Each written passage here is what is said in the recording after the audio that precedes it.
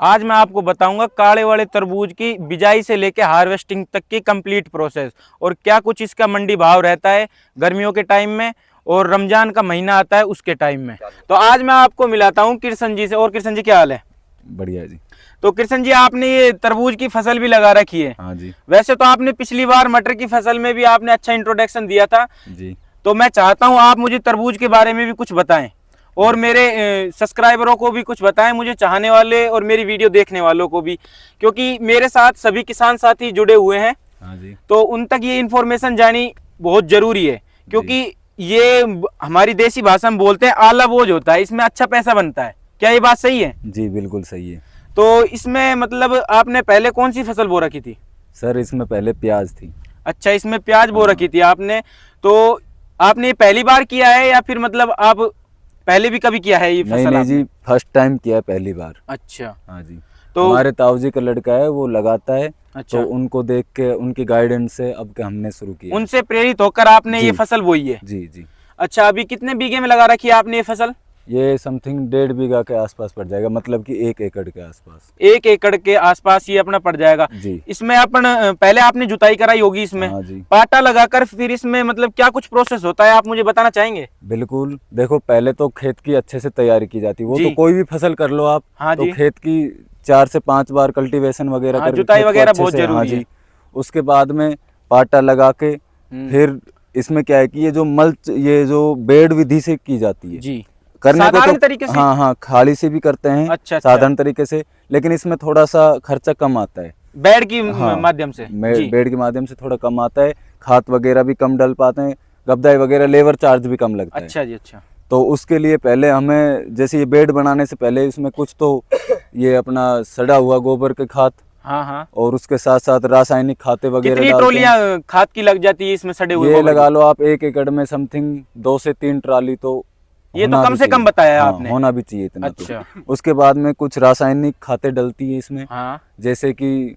बता दे कि 1 एकड़ में 25 किलो के आसपास डीएपी, जी जी। सिंगल सुपर फास्ट, हाँ। और यूरिया 50 केजी, हम्म। और म्यूरेट ऑफ पोटास 25 केजी। जी। और जैसे जड़ के लिए ये एक नाम है, पहले ही फंगस वगैरह के लिए कार टेप वगैरह डलती है, हाँ। रिजेंट डलती है। अच्छा।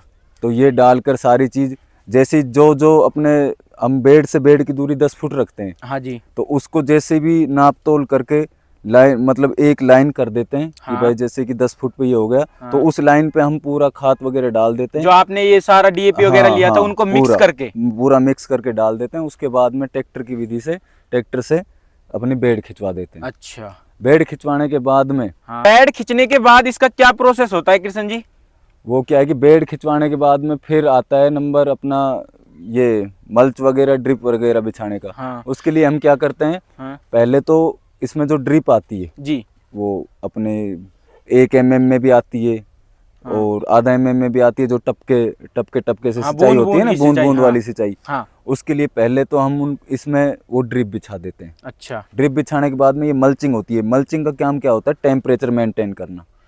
हाँ, मतलब जो ये उसकी मल्च है, ये मल्च है जो बेड का टेम्परेचर मेंटेन रखती है, मतलब नमी बनाए नमी रखती है। बनाए रखती है। क्या है कि अब गर्मियों में धूप पड़ेगी, हाँ। लुए चलेगी, तो ये क्या है कि पेड़ में प्रॉपर नमी रखेगी, हाँ। जिससे पेड़ में कोई दिक्कत ना हो। जैसे सिंचाई थोड़ा लेट हाँ, भी हो जाए तो सूख भी कोई नहीं दिक्कत आएगी, नहीं है। हाँ नहीं आएगी उससे। हाँ जी। उससे पहले ड्रिप बिछा के फिर इसको हाथ से इस मल्च को बिछाएंगे। हाँ। मल्च को बिछाने के बाद में इसको दबा कर, उसके बाद में इसमें एक दिन, जैसे बिजाई करने से एक दिन पहले पूरा दिन इसमें पानी छोड़ेंगे। अच्छा, इसके बीज की जर्मिनेशन कितने दिनों में हो जाती है लगभग? देखो जी, बीज ऐसा है कि जैसे हम अगेता तरबूज बोते हैं तो वो बोता है समथिंग अपना दिसंबर फर्स्ट में, जी। या मतलब आधे दिसंबर में, हाँ। या फिर और अपन एक होता है बाद में बोते हैं, जैसे जनवरी या फरवरी के जी। आसपास। तो अगर जो अपन दिसंबर में अगेता बोते हैं हाँ। तो उसमें जर्मिनेशन में थोड़ा टाइम लगता है। तो अच्छा। उसके लिए हम क्या करते हैं कि अपने घर पे ही अंकुरित कर लेते हैं बीज को। अंकुरित मतलब उसमें हाँ, वो कुरे चल पूरे जाते हैं चल ना, जाते हैं। हाँ। उस टाइम पे कुरे चलने के बाद में बोएंगे तो क्या है कि 2-4 दिन पहले निकल जाएगा, जर्मिनेट पहले होगा वो। जर्मिनेट पहले हो जाएगा। तो जी। उससे क्या है कि जैसे कि एक दिन पूरा पानी चलाया, हाँ। पूरा बेड गीला हो गया, हाँ। उसके बाद में दूसरे दिन अपने पर झक्के, इसमें क्या है कि 1-1 फुट दूरी पर झक्का होता है मल्च पर। हाँ जी, तो बीज लगाने के लिए। हाँ हाँ जी। हाँ। तो वो पूरे झक्कों में 1-1 बीज अपन बो देते हैं। हाँ तो उससे क्या है कि अगर जैसे कि सर्दियों में अगेता तरबूज बो रहे हैं तो उसमें अंकुरित होने में 8 से 10 दिन लग जाते हैं। हाँ। और अगर जैसे टेम्परेचर थोड़ा ज़्यादा है, जैसे जनवरी या फरवरी में बोते हैं, तो हाँ। उसमें 5-6 दिन में पूरा बीज अंकुरित हो जाता वैसे है। भाव इसका कब अपने को अच्छा मिलता है? देखो जी, ज़्यादा फर्क तो नहीं पड़ता है। हम्म। ये लगा लो आप अगेता अगर जो दिसंबर में बोते हो तो, और जो जनवरी में बोता है उससे ये लगा लो 10-15 दिन पहले चलते हैं ये। अच्छा। 15 दिन का गैप लगा लो। तो ये है कि आपको पता है अगेती कोई भी चीज़ हो तो उसमें थोड़ा प्रॉफिट होने का Profit। चांस ज़्यादा होता है। नहीं, ये मैंने ऐसा कुछ सुना है कि रमजान के महीनों में कुछ अच्छा मतलब रेट मिल जाता है इसका। देखो जी, ऐसा कुछ नहीं है।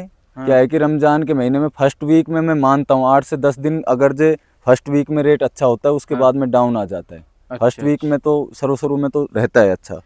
इसकी मतलब खाद की क्या प्रोसेस है, मतलब स्प्रे की, और इसकी जी जी। इसका पूरा प्रोसेस बताइए। देखो ऐसा है कि बीज को बोने के बाद में 8 से 10 दिन बाद में पूरा बीज अंकुरित हो जाता है। जी। उससे पहले क्या है कि शुरू में इसमें सिंचाई भी कम करनी होती है। हाँ। क्योंकि जड़ में प्रॉब्लम आ जाती हाँ। है, बीमारी वगैरह आ जाती है। निमाटोड जैसे हाँ गलन। जी, हाँ हाँ। अच्छा। तो इसमें क्या है कि जैसे 8-10 दिन में पूरा बीज अंकुरित हो जाए, जब 2 पत्तियां के हाँ। 2 पत्ती हो जाए, तीसरी पत्ती चल जाए, हाँ। उस टाइम पे क्या है कि इसमें फर्स्ट में सबसे पहले रोग आता है डंपिंग रोग। जैसे अच्छा। कि तने पर से खराब हो जाना। पत्ता खराब हो हाँ, जाता है, नहीं जड़। नहीं, जड़ नहीं, जैसे कि अंकुरित होने के बाद में तना होता है जो, हाँ हाँ हाँ। तो वो तना गलन हो जाता है, गल जाता है वो। एक इसमें जड़ गलन की प्रॉब्लम आती है। हाँ। तो उसके लिए हम क्या है कि उस टाइम पे छोटी जड़ें होती है, हम्म। तो अपन ड्रिप से तो दे नहीं सकते हाँ। दवाई वगैरह, हाँ। छोटी जड़ें क्योंकि उसमें ले नहीं पाएगी। हाँ। तो उसके लिए अपन हम ड्रिंचिंग विधि से ड्रिंच करते हैं। अच्छा। कोई भी फंगीसाइड, कॉन्टैक्ट फंगीसाइड या सिस्टमेटिक फंगीसाइड जो कॉम्बिनेशन आता है, हाँ। उसको हम ले लेंगे। जैसे कि अपने एलियट होगा बायर हाँ। कंपनी का, हाँ। एक फंगीसाइड ले लेते हैं, और कोई इंसेक्टिसाइड, नॉर्मल इंसेक्टिसाइड ले जी। लेते हैं। तो उसको हर पेड़ में 50-50 200 लीटर पानी में घोलकर हाँ। हर पेड़ में 50-50 ml पर पेड़ के साथ डाल देते हैं। ऐसे तो बहुत ज्यादा टाइम लग जाता होगा किशन टाइम जी। लग जाता है, लेकिन करना क्या है भाई, मेहनत तो करनी होगी। पर वो रोग आने पर ही किया जाता है, या फिर मतलब आप वैसे भी करते हैं, उसे जरूरी है? वो करना जरूरी है। क्या है कि लगभग आता ही है वो। लगभग आ हाँ। जाता है वो। हाँ, अच्छा। 99% आता ही है। उसके बाद में आप 3-4 दिन बाद में एक ड्रेंचिंग और कर दो। अच्छा। उसके लिए क्या है कि जड़ के लिए कर दो उसमें। हाँ, जड़ जैसे, मजबूत हो जाती है हाँ, उससे। जैसे हुमिक एसिड हो गया, हाँ। तो ये पीआई कंपनी का हुमिसोल आता है। जी। एक हुमिसोल ले लो, और अपना ये एनपी का आता है 19-19, जी। 1 kg वो ले लो। हाँ। इनको 2 और 500 ml हुमिक एसिड ले हाँ लो। जी। तो उनको 200 लीटर में डालकर ऐसी 50-50 ml पर उसमें डाल देंगे। दो फर्टिगेशन हो जाएंगे। अच्छा। तो वो दूसरा फर्टिगेशन जो ड्रेंचिंग से करेंगे, उस टाइम हुमिक एसिड से जड़ का ग्रोथ अच्छा हो जाएगा। अच्छा। उसके बाद में जैसे ही अपनी फसल ये लगा लो आप 3 से 4 पत्तियों की हो जाए, हाँ हाँ। फिर आप ड्रिप इरिगेशन से खाद का प्रोसेस कर सकते हो, क्योंकि उस टाइम पे जड़ें भी थोड़ा ठीक हो जाएगी। हाँ। तो उस टाइम में कोई दिक्कत नहीं आएगी। अभी अपनी फसल कितने दिनों की हो रही किशन जी? ये आप समझ के चलो समथिंग हो रही है 50 से 55 दिन की। तो अभी मुझे देखने को मिल रहा है कि लगभग 1 किलो का आपका ये फल हो चुका है। जी जी। तो अभी आप इसमें कौन सा खाद लगाने वाले हैं? देखो जी, शुरू में तो जैसे कि जब 3 से 4 पत्ती होती है तो फर्टिगेशन में 19-19 हाँ। चलाते हैं एनपीके। हाँ। एनपीके 19-19 चलाने के बाद में जैसे ही ये बेल अपनी लता छोड़ने लगती है, बीच में जैसे चिलिटेड जिंक चढ़ा दी, हाँ। तो जैसे ही लता चलने लगती है, जैसे फ्लोरिंग स्टेज पर आती है जी। फसल, आने से समथिंग ये लगा लो आप, जैसे कि पूरे प्लाट में कोई 1-2 फूल दिखे, हाँ। या फूल ना भी दिखे, ये लगे कि अब अपनी 5 से 10 दिन में फ्लोरिंग स्टेज में आएगी, हाँ। तो उससे पहले अपन एनपीके 1261 का फर्टिगेशन करेंगे। अच्छा, वो क्या काम करेगा वो इसमें? ये है कि उससे ग्रोथ अच्छी होगी। हाँ। दूसरा, फल फूल अपने ज्यादा आएंगे। अच्छा, फूलों फल की मात्रा भी हाँ, कुछ ज्यादा होगी। फूलों की मात्रा ज्यादा होगी, तो फूलों की मात्रा तो कॉमन प्रॉफिट सी भी बात ज्यादा है होगा। कि फल भी ज्यादा हाँ लगेंगे। हाँ। अब ये लगा लो ये अपने वो 1261 चला दिया हमने हाँ। इसमें। 1261 चलाने के बाद में इसमें अब कैल्शियम नाइट्रेट और बोरोन चलाया है। अच्छा। अब इसमें 052-34 चलेगा। अच्छा, 0-32-34 में NPK। ग्रोथ का काम हाँ, करेगा। वो क्या है कि ग्रोथ का क्या है जी, उसमें नाइट्रोजन नहीं होता है, फास्फोरस और पोटेशियम होता है। अच्छा अच्छा। अब इस टाइम पे इनका ये अपना साइज ले रहा है, हाँ। तो साइज ले रहा है, इस टाइम पे सबसे ज़्यादा ज़रूरत होती है अपने फास्फोरस और हाँ। पोटास की। फास्फोरस की ज़रूरत होती है जड़ की विकास के लिए, अच्छा। और इन तनों को मजबूत करने के लिए, अच्छा। ये टहनियाँ वगैरह को मजबूत करने के लिए फास्फोरस का काम होता है। इसमें 34% पोटेशियम होता है। हाँ। पोटेशियम का काम होता है कि इसका वेट, वजन बढ़ाने के लिए, शेप अच्छा करने के लिए, एक तरह से पोटास। हाँ हाँ। पोटेशियम को ही पोटास बोलते हैं। जी जी। तो वो वेट बढ़ाने के लिए और साइज अच्छा करने के इसमें लिए। पानी का शेड्यूल क्या है कृष्ण जी, कितने दिनों में, कितने दिन छोड़ के देखिए कितने जी, टाइम तक लगाते हो आप पानी? देखिए जी, जब छोटा पेड़ होता है जैसे फर्स्ट हाँ में हाँ फ्लोरिंग स्टेज से पहले पहले, हाँ। तो उस टाइम अगर जैसे आगे तब होते हैं तो नमी वो मौसम भी थोड़ा टेम्परेचर कम होता है, तो ये समथिंग 7 से 8 दिन में अपन पानी 2 घंटे 3 घंटे चला दे। और उस ज्यादा तरह चला के दे तो क्या हो जाएगा इसमें? ज्यादा चलाने से ज्यादा नमी रहने की वजह से जड़ में गांठे की प्रॉब्लम आती अच्छा, है, जड़ जिसको गांठ, निमाटोड। हाँ, नेमाटोड। अच्छा तो उसके लिए अपन वेलम वगैरह चला देंगे, ऐसी कोई प्रॉब्लम नहीं है। लेकिन इसमें कम आता है, खरबूजे में ज्यादा आता है वो। अभी कितने दिन बाद आप इसमें हार्वेस्टिंग कर सकते हैं? समथिंग ये लगा लो आप 15 दिन। 15 दिन के 15 बाद दिन इसमें और लग हार्वेस्टिंग जाएंगे। होनी जी, स्टार्ट हो जाएगी। जी। तो आपको अंदाजा हो तो कृष्ण जी क्या कुछ रेट मिल सकता है आपको? देखो जी, रेट का तो ऐसा है, अब रेट का तो हम पहले कुछ कह नहीं सकते, फिर भी लगभग भाई, लेकिन अभी तो ये रेट चल रहा है, इस टाइम तक ये रेट मुझे मिल सकता है, इतना तो अंदाजा आपने लगा ही लिया होगा। देखो ये इनका कुछ रेट का अंदाजा ऐसा है कि ये गर्मियों के ऊपर है। अगर अच्छा। गर्मी अच्छी रहती है, हाँ। लू वगैरह अच्छी चलती है, तो इनका रेट भी अच्छा मिलेगा लगभग। लेकिन मेरे हिसाब से अनुमम ये लगा लो आप, मैक्सिमम अगर 10 भी मिल गया, 10 का हाँ। रेट भी, तो भी ठीक ठाक प्रोसेस, मतलब ठीक ठाक प्रॉफिट हो जाएगा। मतलब इसके खर्चा बाद काट कर कितना बच जाएगा अगर 10 का रेट मिला तो? देखो जी, इतना तो अंदाजा नहीं है, फर्स्ट टाइम में भी भाई से भी इतना नहीं पूछा है। अच्छा। इतना तो हम नहीं बता सकते, लेकिन ये है कि होने के बाद में आप दोबारा। अब कृष्ण जी इसमें क्या कुछ रोग आने की संभावना है या नहीं है अपनी फसल में? देखो जी, शुरू में तो ये अपना नॉर्मल चलता है, जैसे माखी मच्छरों की थोड़ा सा कर दिया, कोई फंगीसाइड कर दिया। और अब तो मेन प्रॉब्लम आती है, जैसे अब लास्ट टाइम में अब टेम्परेचर एकदम बदला है, हाँ। तेज टेम्परेचर होता है, तो दूसरा अब झुलसा आने की प्रॉब्लम होती है थोड़ी। तो इसकी स्प्रे वगैरह आती है या हाँ कुछ? जी, हाँ जी।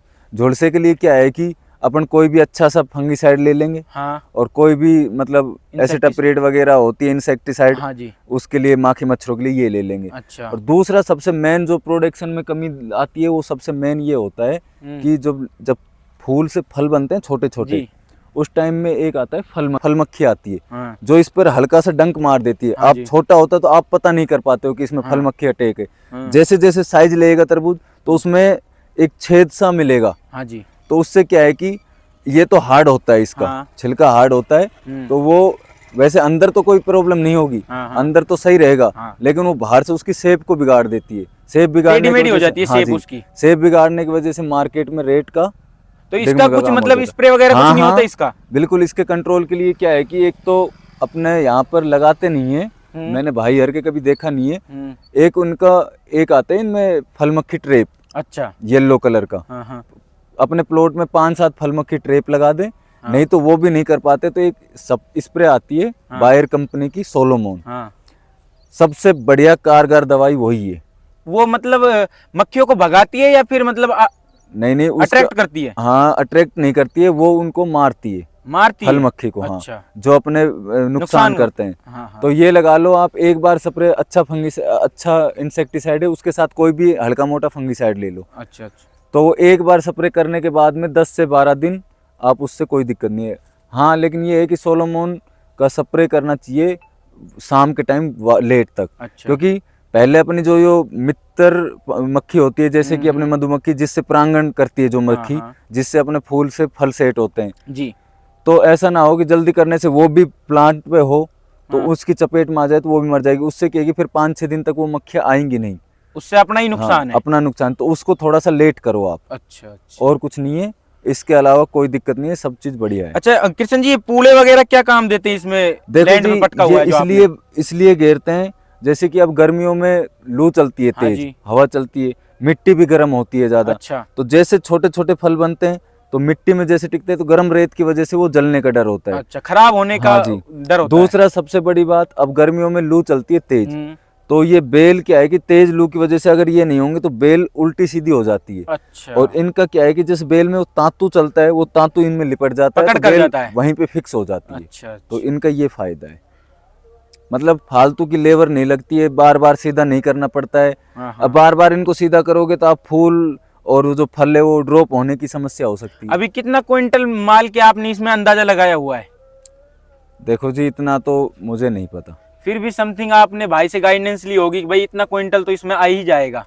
हाँ जी, वो ये लगा लो आप, उनसे करी थी तो उन्होंने ये बोला था कि 8 से 10 का रेट भी मिल जाएगा, तो ये है कि 1.5 बीघा में आप 1.5-2 लाख का प्रॉफिट ले लोगे। नहीं, माल कितना बैठ जाएगा इसमें? प्रॉफिट की तो आपकी बात मान ली हमने। ये जो आपने कृष्ण जी प्रॉफिट बताया है 1-2 लाख रुपए का, ये 1 बीघा का है या पूरे 1.5 बीघा का है? देखो जी, भाव के ऊपर है। होने को तो देखो शुरू में नई नई जमीन में अगर आप बोते हो तो रेट भी ठीक ठाक मिल जाए तो 3-3 लाख तक चल जाता है। 3 लाख रुपए तक का भी इसमें जी। प्रॉफिट हो सकता हाँ है? जी, बिल्कुल। अच्छा, भाव के ऊपर है, लेकिन ये समथिंग आप लगा लो कि 1.5-2 लाख रुपए बीघे में बच जाते हैं। ये मतलब खर्चा काट के है या फिर मतलब हाँ जी, प्योर प्रॉफिट है? हाँ, 1.5 लाख तो आप प्योर प्रॉफिट ही लगा के चलो। ये 3 महीने की फसल है, कितने दिनों की? देखो वैसे तो 3 महीने की है, लेकिन अपन अगेता बो देते तो 1 महीना और फालतू लग जाता है। ये लगा लो आप, ये जनवरी में बोती है, लेकिन हमारे जैसे अगेती बोलने की वजह से हमने दिसंबर में बो दी थी, तो जनवरी में बोने के बाद में अप्रैल में इनकी हार्वेस्टिंग स्टार्ट हो जाती है। तो अप्रैल तक लगा लो आप, 3 से 4 महीना में हो जाती है। अभी आप इसमें ये फसल खत्म होने के बाद क्या बोना चाहेंगे? देखो अभी तो ऐसा कुछ प्लान नहीं है, उसके बाद में क्या बोलते हैं क्या नहीं देखते हैं। तो धन्यवाद जी कृष्ण जी, आप हमें इतनी जानकारी देने के लिए। जी जी, वेलकम। ऐसी ही फसल से जुड़ी जानकारी लेने के लिए हमारी चैनल को सब्सक्राइब कर लें, और अगली वीडियो किस फसल के ऊपर लाएं हम, ये आप कमेंट बॉक्स में बता दें। धन्यवाद।